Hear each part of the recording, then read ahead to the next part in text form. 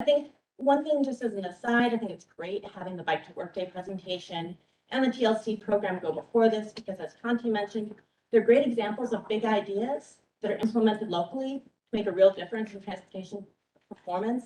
And that's what the plan is really about. Start quickly here. So today what we'll be presenting, I'll be presenting a very brief overview of Visualize 2045 and the TIP.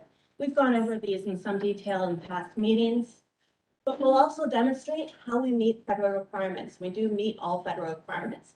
Eric will go over the financial plan, Jane, the air quality conformity analysis, the results.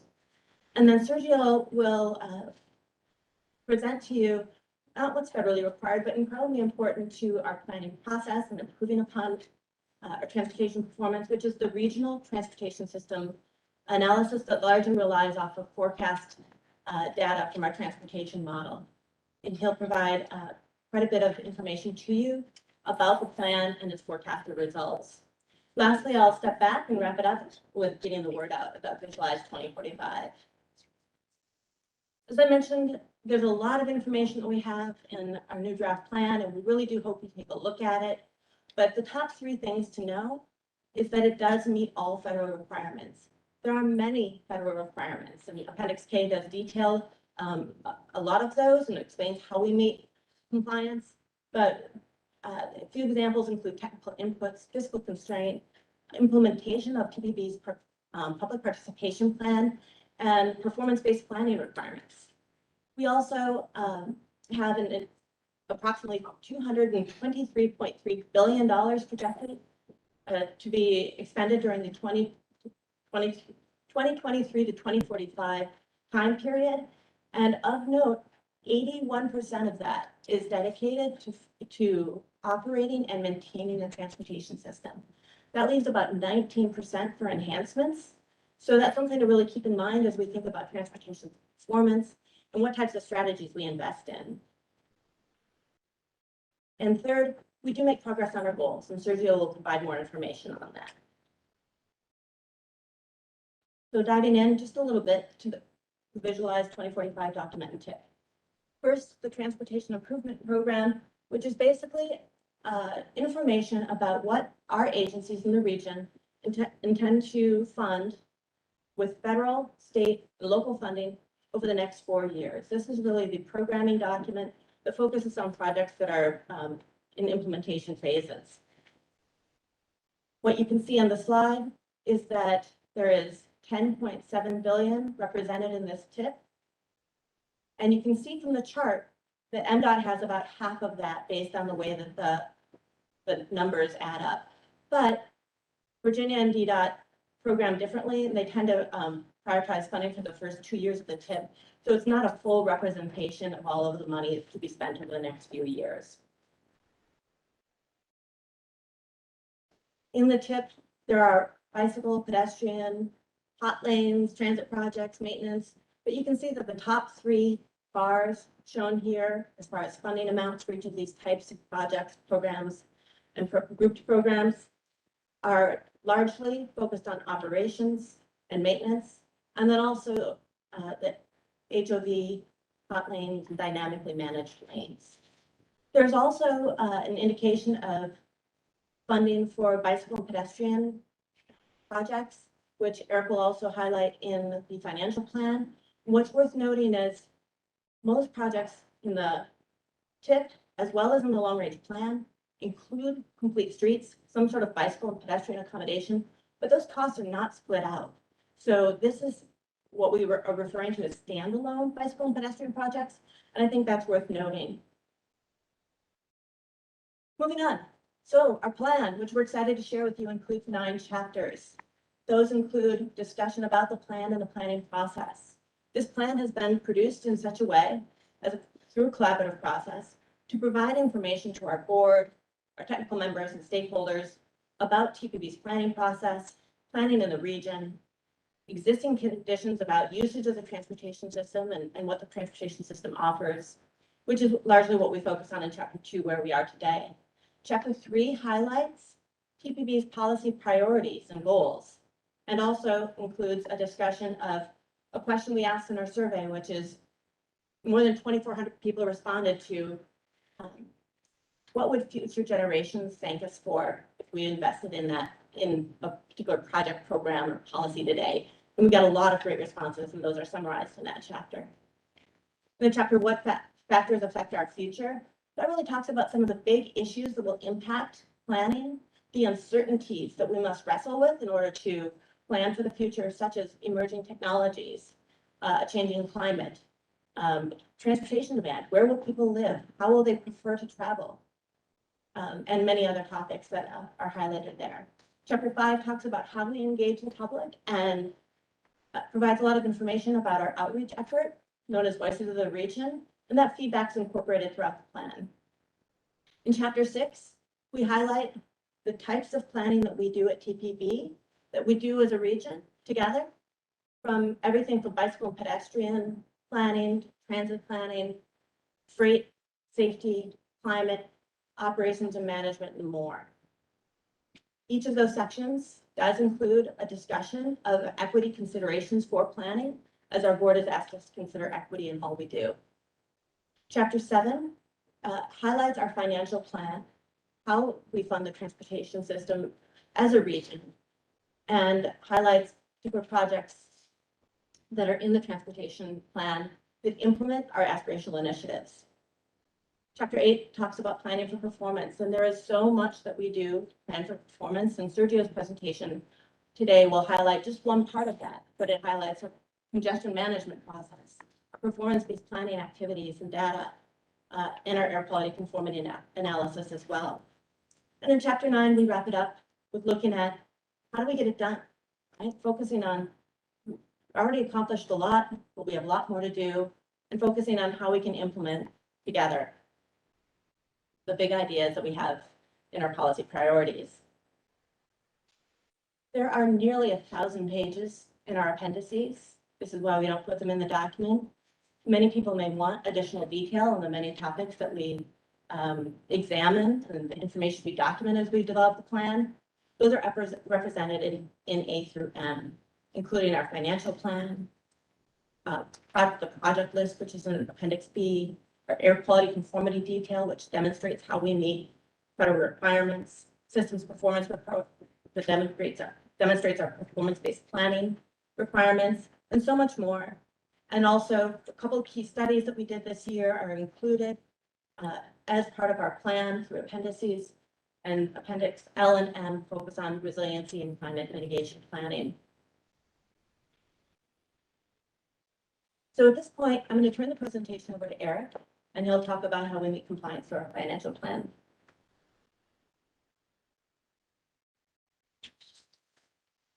Good morning, everyone. Eric Randall, CPB Transportation Engineer, here to talk about the financial plan, which again is a federal requirement of the Metropolitan Transportation Planning process. And again, as Stacy has already mentioned, the 2022 update does meet all the federal requirements for demonstrating fiscal constraint for the long-range plan. So again, federal regulations set forth in the statewide and metropolitan planning requirements require that a financial plan be part of the long-range transportation plan, metropolitan transportation plan. We have the funding to implement the plan. We use year of expenditure dollars. So again, $1 in 2045 due to inflation is not worth as much as a current dollar. We have to take that into account, but we forecast revenues that will be available to states and other agencies through 2045, compare that to projections for the cost of maintaining, operating, and expanding the highway and transit system, and make sure that the two reconcile, that revenues equals planned expenditures. And again, the plan demonstrates that the forecast revenues are reasonably expected to be available to implement the projects and programs in the long-range transportation plan.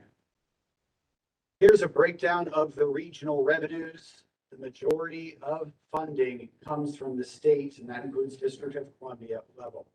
Then you can see the other categories of funding that we include: user and fees in the forms of fares for transit or tolls on the roads, 13.6%, federal money, 14.3%, private and other sources of funding, 3.4%, and then local funds, and that also includes sub-regional funds, particularly in Northern Virginia, cover another 13.3%.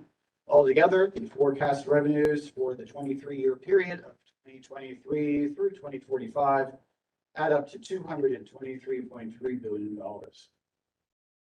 So this is a breakdown by state or sub-regional area where the funding comes from. So you can compare the District of Columbia, suburban Maryland, and Northern Virginia. Again, the largest source of funding happens at the state level, but then you have different components in Northern Virginia. Local funding, including that sub-regional funding in Northern Virginia, makes up a pretty significant proportion of funding.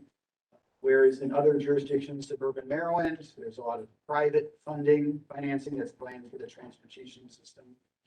In the District of Columbia, it's almost all district funds, some federal funds, and then that 0.3% is actually fares on the local transit systems that add up to where DC comes. Those are the three left-hand bars. We also show Metro to show where Metro's revenues come from.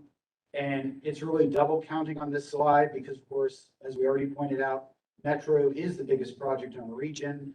45% of the funding in this analysis goes to Metro. So much of that state and local funding in the district in suburban Maryland, Northern Virginia is repeated going in to fund the revenues for Metro that Metro needs to operate. Here's the regional expenditures, again, breaking down that $223.3 billion. Transit expansion, 6%.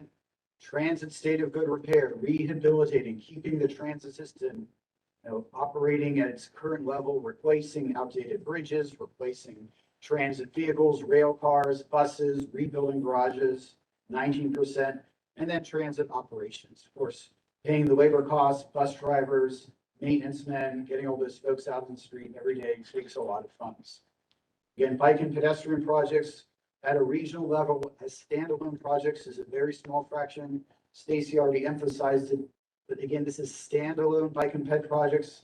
Most bike and ped projects take place at the local level, don't have funding, so they don't rise to the level of the tip and long range plan. And many other projects, including highway projects especially, have bicycle and pedestrian components, but we don't have the ability to break those costs out separately. But this is something we're trying for the first time in this financial analysis to start a marker and hopefully improve our information going forward. And then on the highway side, highway expansion, 13%, highway state of good repair, replacing bridges, keeping those things in a state of good repair, 6%, and highway operations, 11%. A final remark, just to point out, this is public funds that are flowing towards transportation. Public funds are only a fraction of what our society pays for our transportation system. That $223 billion, just for everybody to operate their car in the region, is $30 billion a year, 5 times this amount, including the freight system, including other costs as well. So again, we only cover the small proportion that is public funding in our analysis. That concludes my remarks. Over to Jane.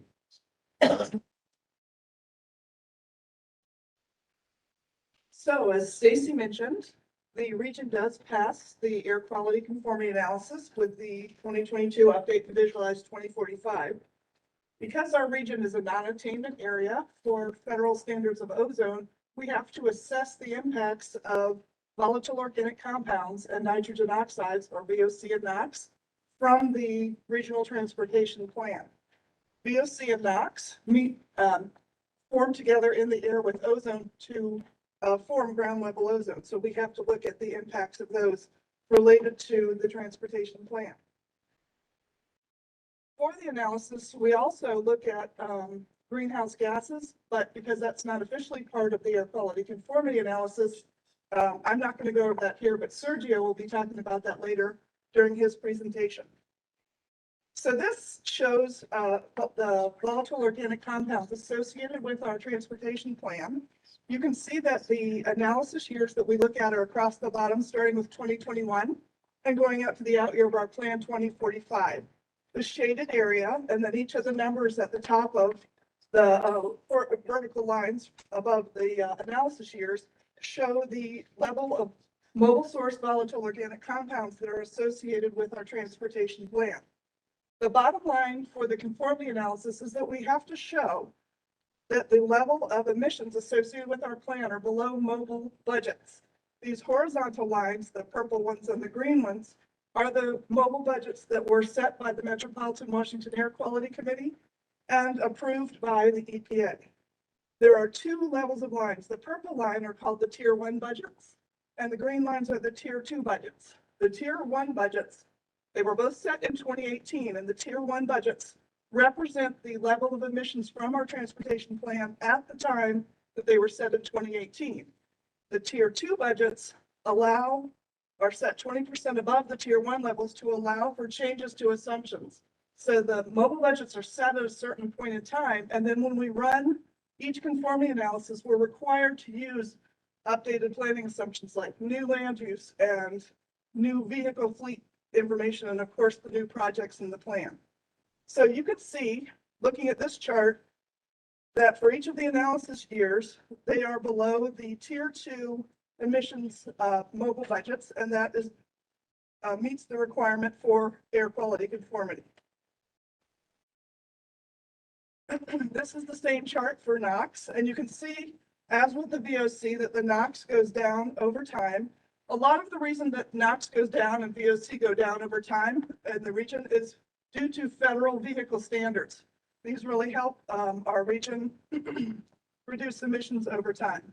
So with the NOx, like with the VOC, you can see that the emissions are all below, for each analysis year, the appropriate emissions Tier 2 budgets. Now, because we have gone above the Tier 1 budgets, but we're still below the Tier 2 budgets, we need to show what changed between when the budgets were set and the running of the conformity analysis. So this next slide shows you the different input assumptions that we have when the budgets were set and now for this conformity analysis. So you can see that the cooperative forecasts, we used to have round 9.0, now we use round 9.2. And staff has reviewed these in a cooperative forecast at previous meetings. The vehicle fleet data, we used 2014 when we set the budgets. We now use the 2020 vehicle fleet data. I will tell you that over time, especially recently, people have not been buying as many new cars. So the vehicle fleet is a little older than it used to be. And also people have but are continuing to buy larger, like SUV type vehicles rather than smaller vehicles. Travel demand model changed a little bit. Of course, we have new project inputs.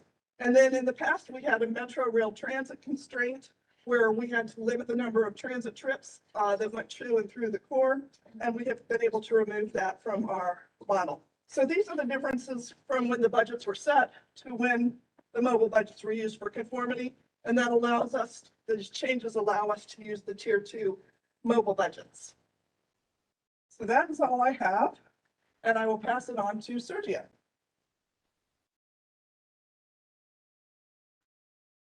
Good morning, everyone. Without further ado, I'm Sergio Arzago, the transportation planner here on staff. I'm going to be walking through the regional performance analysis of Visualize 2045. You have me for about 25 minutes or so. In that time, we'll be looking to explain why the TPD measures performance and speak a little bit about the regional context and policy context in which this analysis is conducted in. The actual approach we use for this performance analysis. Take a moment to describe and explain some planning uncertainties that go along with these results, and then speak to the results themselves. If there's anything you take away from today's presentation, here are some key takeaways before we get into a deeper dive. Expected growth will likely increase, increasing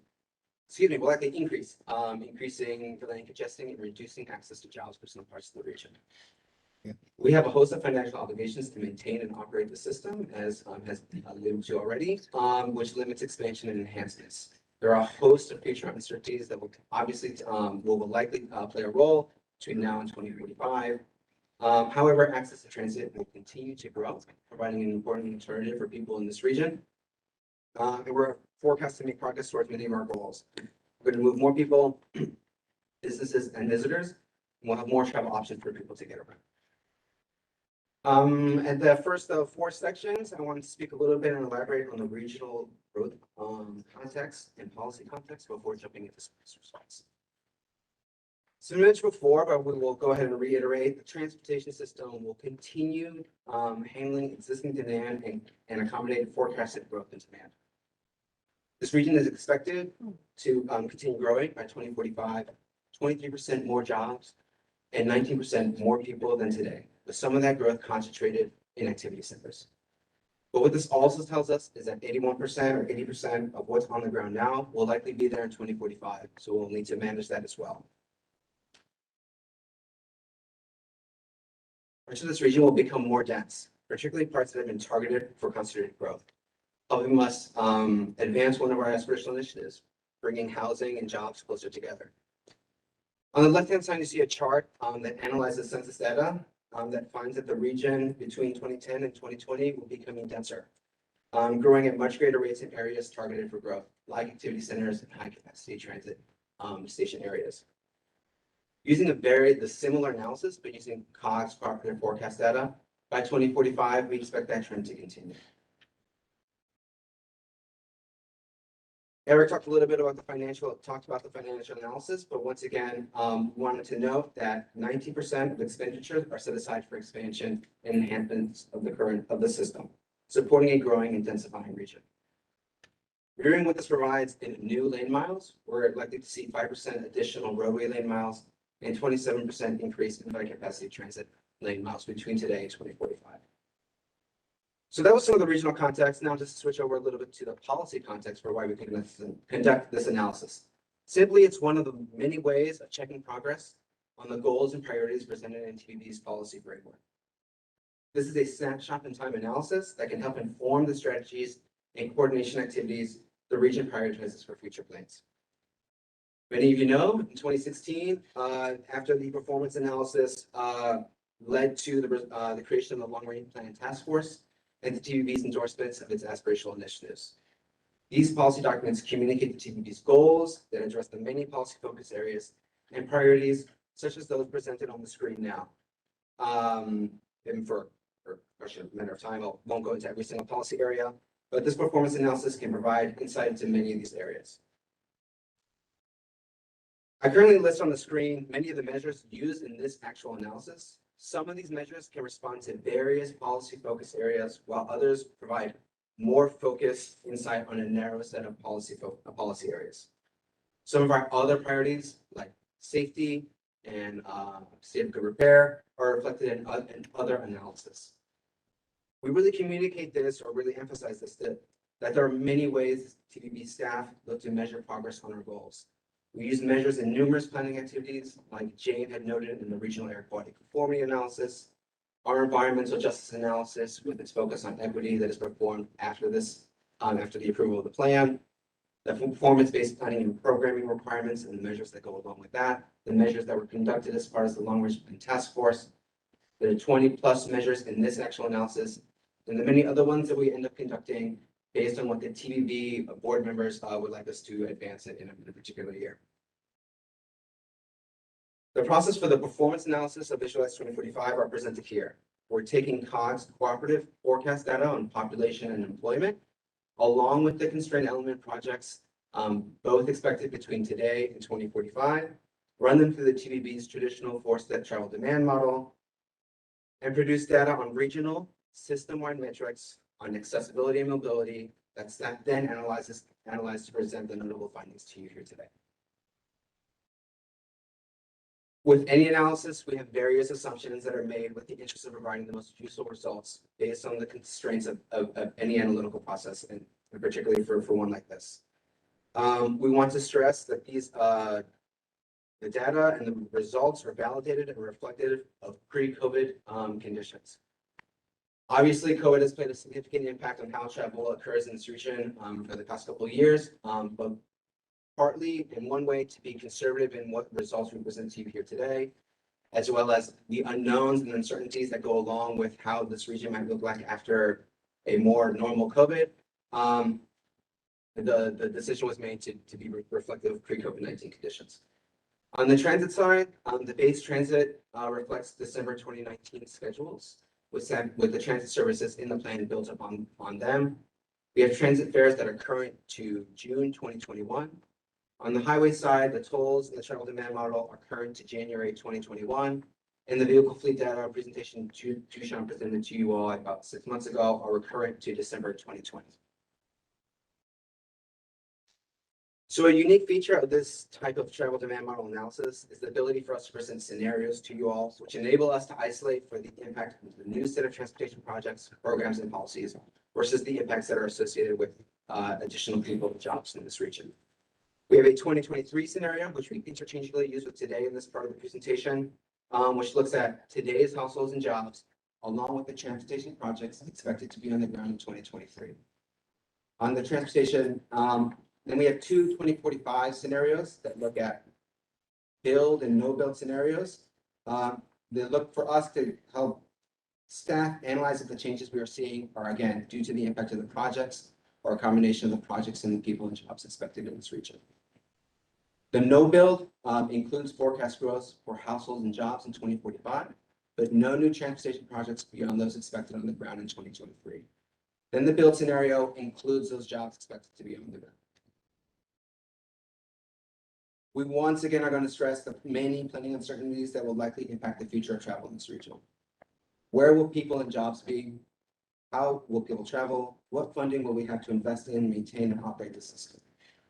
These are all influenced by many factors that will likely impact our region between today and 2045, including this quote-unquote new normal, climate change, changes to the global economy and how that will impact this part of the region, increased urbanization, and new technologies, most notably those that impact vehicle electrification and automation.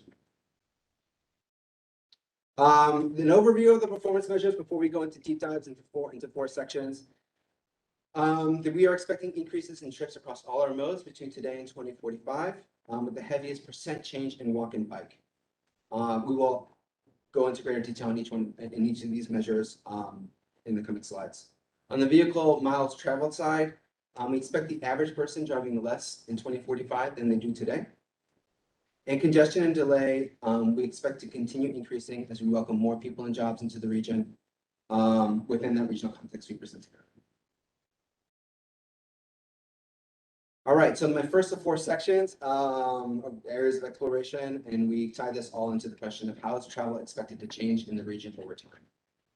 Looking at all trips between today and 2045, we expect increase in trips across all modes and continue to have an auto-based travel as the predominant mode. However, by 2045, HOV and carpool, which is defined as two or more people in a car, will be more common than driving alone. That is reflective of the results on the left-hand side of the screen. Further, as the region responds to the aspirational initiative to improve walk and bike access to transit, walk and bike trips and transit trips grow at a faster rate than auto-based modes. And the mode share split for this region presented on the left-hand side of the screen. Looking at that same 2045 data, but now breaking it apart into the three sort of main geographic regions of this region.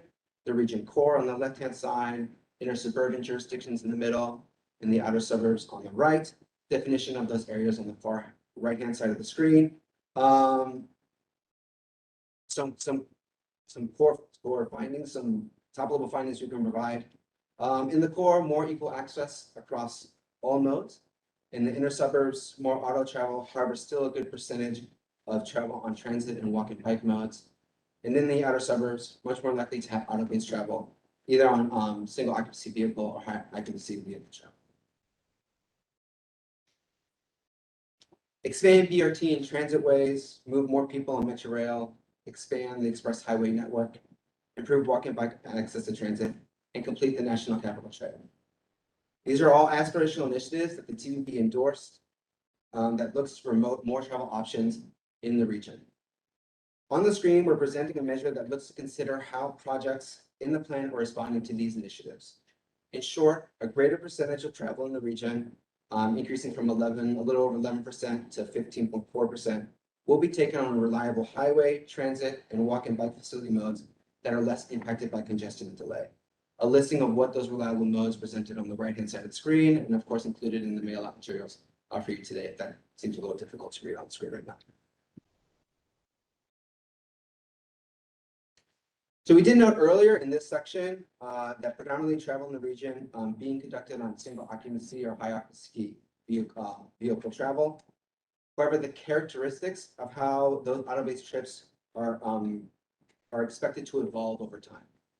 Our analysis finds that the region are likely to be, that people in the region are likely to be driving fewer miles per person in 2045 than they do today.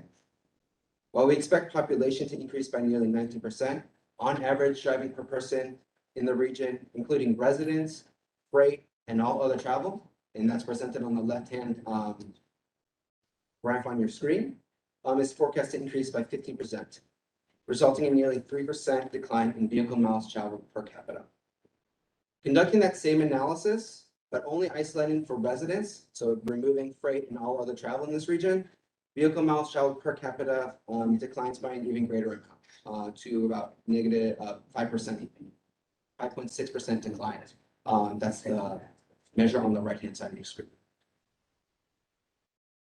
We take a moment to shift on a couple slides of how shifting to commuting-related travel will occur in this region. Regionally, by 2045, most commute trips will be driving alone, while a quarter of commute trips in our region will be on transit. This data also suggests that the aspirational initiative that speak to transit and walk and bike travel, these modes are increasing at rates of 2 to 3 times greater than single occupancy vehicle travel in this region. Again, breaking the 2045 data by the subgeographies of this region, a couple top level findings for you that we find useful. In the region's core, a majority of work trips will be on transit and nearly a quarter in inter-suburban jurisdictions. Now comes somewhat obvious, but when transit is available, the travel demand model expects folks to use it for work and travel, reducing the share of single occupancy vehicle travel in this region. Switching to how our new transit projects focus to impact the region between today and 2045. By 2045, about a quarter of people and half of jobs will be in close proximity to high-capacity transit. The definition of proximity being about a half-mile radius from a high-capacity transit station, and the definition of high-capacity transit is on the right-hand side of your screen. Two main contributing factors for these results, of course, adding more people and jobs in close proximity to those transit areas, as well as the adding new transit projects in this region between today and 2045. Taking a moment to describe the change in access to jobs by transit. By 2045, the average number of jobs accessible within a 45-minute transit commute during the AM peak will increase nearly 34% between today and 2045. On the right-hand side, we present the geographic distribution of these results. And these changes show that most places that currently have access to transit will experience increase in job access, and parts of the region where new transit projects are planned are also forecast to gain access to additional jobs. Now switching over to how the highway network will serve the region. As we've mentioned, highway congestion is forecast to get worse in the coming decades, though moderated by the projects in Visualize 2045. Total daily vehicle hours of delay, which represents time spent in traffic in congested conditions, are forecast to increase by nearly 48%. The blue section of the left-hand side measure. A similar measure, average vehicle delay per trip, shows an increase in delay of nearly 1 minute and 15 seconds, or nearly 31%. Again, on the measure on the right-hand side, the blue section. We included the no-build part of the analysis, which is represented by the green line, and the green shaded area of the measure. And what we can glean from this is that by building the projects in Visualize 2045, congestion and delay are predicted to be at lower levels than if not built. Those being 80% and 51% respectively between today and 2040. We always take a moment to also present what share of lane miles in this region would be considered congested. And the point of this measure is twofold. One is to present that not all lane miles in this region are congested during the AM peak. They ultimately represent a small share overall of all lane miles. However, they are an important section of lane miles for people to get around in this region for their important AM peak commutes that you can travel. Okay, looking at the change in access to jobs by auto between today and 2045, analyzing roadway performance to the number of jobs accessible during a 45-minute commute during the AM peak, the region as a whole will likely see a modest gain in access, while parts of the region will experience varying changes in job accessibility, from significant losses to significant gains. By 2045, The average number of jobs accessible will increase by 13,000, a little over 1% increase. If the region builds no new transportation projects, but continues to expect increases in people and jobs, average access to jobs is forecast to decrease by nearly 10%. That's the no-build scenario. What these differences suggest is that the transportation projects, again, in Visualize 2045, will make a difference in providing people with access while seeking to reduce the impact of congestion and delay in this region. To look at the geographic distribution in detail of this measure on the right-hand side of the screen, the region's core, western suburbs, and northern suburbs are forecast to experience a moderate to significant gain in access between today and 2045. Forecasts identify moderate to significant declines in accessibility by auto in the eastern side of the region and areas inside the capital beltway. To take a moment to describe what can be the two main factors that are likely to contribute to these trends. The anticipated increase in congestion and delay, decreased accessibility to parts of the region by car, and the additional jobs expected in the region. Increasing the accessibility for those areas that are near those jobs, but likely reducing the access to those beyond the 45-minute commute. I don't have a little divider, but we have two slides that look at more environmental considerations. As Jane has noted, unlike the two specific pollutants regulated by federal law in this region, greenhouse gases, such as carbon dioxide, are not regulated by the federal government and is therefore not included in the air quality conforming analysis. However, due to the transportation sector as a contributor of greenhouse gas emissions, the TBB has been tracking these emissions and has recently endorsed regional goals for reducing greenhouse gases. Since 2005, absolute annual greenhouse gas emissions, the green line on the screen currently in the on-road transportation sector have decreased by 7%. By 2045, annual greenhouse gas emissions are forecast to be nearly 18% below 2005 levels, or 11% below 2023 emission levels. We do see a slight uptick in those levels between 2040 and 2045. The blue line, greenhouse gas emissions per capita, are expected to decrease by 24% between 2023 and 2045. These changes are likely attributed, similar to, as Jane had mentioned, to increase in fuel efficiency standards. Those upticks we see between 2040 and 2045 are the result of the fuel efficiency standards no longer keeping pace with the projected vehicle mile travel increases in this region in that same time period. New analysis or new measure that we included for this round, it is an off-metal analysis, so I wanted to be clear with that. We did want to examine the localized impact of congestion in this region using data collected in EPA's EJ screen. And what we're finding, like other metropolitan areas, is that proximity to congested roadways and high levels of vehicle volume are not felt equally in this part of the region. Communities closer to the region's core, inner suburbs, or major highways experience greater exposure than in outer suburban or rural parts. In activity centers, proximity and level of traffic is 1.5 times greater than in non-activity centers. And from an equity perspective, EDAs in the region experience 57% greater traffic volume than non-equity emphasis areas. The point here is that these areas might be experiencing more localized impact of emissions and traffic congestion-related externalities. Before I pass it back to Stacy to wrap up our presentation, I did want to just acknowledge the host of people that are part of this work, including Tim Kanan, Mark Moran, Dushan Buksan, Nazim Ferdous, Leo Pineda, and Sarah Bond for their help put all these measures together. And with that, I pass it back to Stacy to bring us home. Thanks so much. I think Nicole in the back of the room was Oh, also Nicole, part I of have that. you here. Sorry, Nicole, I had you. Thank you, Sergio. So.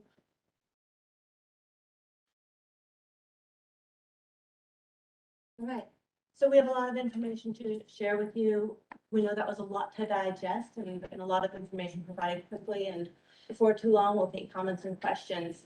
But I wanted to make sure that as members of our technical committee, you know where to find the information and the resources available to you to help get the word out, not only about the plan and the TIF and the air quality conformity analysis that are open for public comment, but also next Wednesday and Thursday, we do have information sharing events as virtual forums, and then also a TIP forum the following week on the 14th. So a couple of new things that we're excited to share that we'll be presenting more on later. We do have a new and updated Visualize 2045 interactive map where people can learn about our projects. I will be sending an email to all of our technical committee members with this information too, to make it very easy for you to pass around and share. We have a new story map that took all of the voices of the region information that we received through the survey, the regional focus groups, as well as our aspiration to implementation event, and mapped it and told the story of voices of the region. And what does that mean when we bring in the public opinion on the various topics that we talk about, to help ground us in the understanding of how the public experiences the transportation system that we all work together to try and provide. So please do check those out. Give us feedback. We're really excited to be able to offer those. We have an ambassador kit. We typically provide you with talking points, easy ways to share tweets and social media. You can always adapt those to what's most appropriate for your local jurisdiction, but we're very happy to be able to share those. We also have a fact sheet with some high-level talking points in order to be able to speak quickly and easily about systems performance, transportation funding, and how we meet federal requirements. So definitely take a look and share the information and help make sure that we're able to share this plan region-wide with stakeholders. And with this, we'll wrap up the plan. Not only do we ask you to take a look at the materials, to take a look at what we've offered about how to share it, but we ask you to support implementation, right? This plan, the goals and the strategies in it are a great demonstration of regional thinking. And what's next is local action. And so we ask our board members, with the support of their technical staff here today, participating remotely, to support, to fund, prioritize, to implement, and where possible, accelerate the projects, programs, and policies that represent TPB priorities and strategies. Also, we ask the public to help support the funding and implementation of those. And with Visualize 2045, which we say we visualize 2045 together, an opportunity to help improve the performance that Sergio described today, to drive better outcomes. We also ask everyone that uses the transportation system to learn about the transportation programs, policies, and projects offered, because maybe there's something new to try. We have new bus rapid transportation systems being implemented for fast, reliable, and quick transit to get to where you need to go. There's an ever increasingly connected bicycle and pedestrian network, improved access to transit. So there's opportunities to see if there's something that might work well for each member of the public, for businesses, besides driving alone.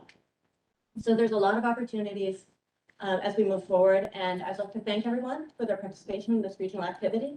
And the board, technical committee, nearly 100 staff across DCP and COG that have both all contributed to this. All of our committees and the public as well for their participation. So with this, I'll turn it back to you, Chair.